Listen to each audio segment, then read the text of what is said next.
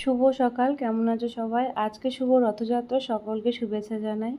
কম বেশি প্রায় বাড়িতেই আজকে জগন্নাথ দেবের পুজো, আর সন্ধ্যাবেলা রথ দেখতে যাওয়া, তারপরে মেলায় ঘোরা। তবে এখনকার দিনের থেকে ছোটোবেলার দিনগুলো বড্ড আনন্দের ছিল। ছোটোবেলায় বাবা রথ কিনে আনতো আর মা সেই রথ পুজো করে দিলে সেই রথ নিয়ে হই হই করতে করতে পুরো পাড়া ঘুরতাম। খুব আনন্দ লাগতো। তবে সেসব দিন আর এখন নেই। সময়ের সাথে সাথে জীবনটা একটু পাল্টেছে।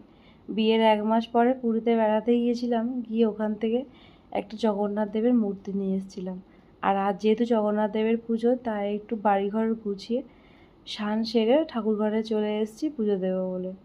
জগন্নাথ দেব সহ সব দেবতাদেরই পুজো দিলাম।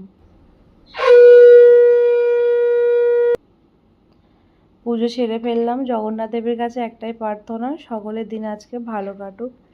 আর চলো, মেলায় দেখা হচ্ছে তোমাদের সাথে।